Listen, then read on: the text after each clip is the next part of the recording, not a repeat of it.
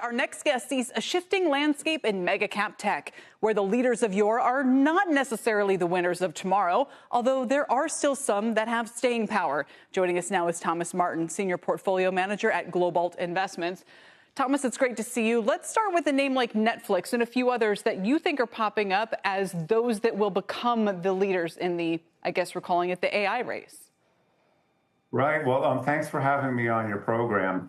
Yeah, so the Mag 7 a while ago did move a lot similarly, but now there's really a difference between those companies, and there are those that are doing well and those that aren't doing well. And Netflix is one of those that is continuing to do well and to have strong earnings growth and strong underlying fundamentals with their viewers. So we like them as they continue to introduce new products and gain share. But you think names like Tesla and Apple, those could really be out of the leadership position for some time now?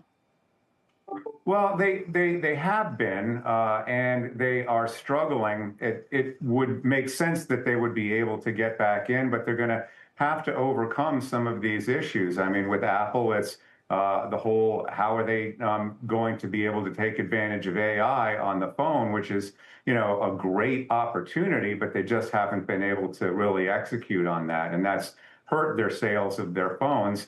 And with Tesla, their core business in the EVs has been struggling, and that only accounts for a part of the valuation of the company. You really need to have the automatic self-driving and the robo-taxis and the robots to be able to work. And so far, that's been a slow go for them. We're showing your 5 favorites: Microsoft, Netflix, as mentioned, NVIDIA, Amazon, and Meta. Whereas Alphabet is one you're more negative on. So you think they are going to be more a victim than a winner in AI?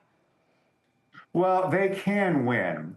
It's just that there's a lot of competition and the competitive environment is changing. So they have, I think, successfully answered in their AI search, search with AI product. But, when you go from a market share in search that is huge and you have a change in the paradigm from just plain old search to AI search, and you have a couple of announcements recently from OpenAI and from Perplexity, et cetera, that they're going to be having their own browsers. That puts a fair amount of pressure on that very high level of market share. Yeah, we also showed the kind of underappreciated ones you think could be Vertiv, which is down today on some competitive questions. You like it still. You like Vistra, Quanta. So those are some other names where people can look beyond mega cap tech.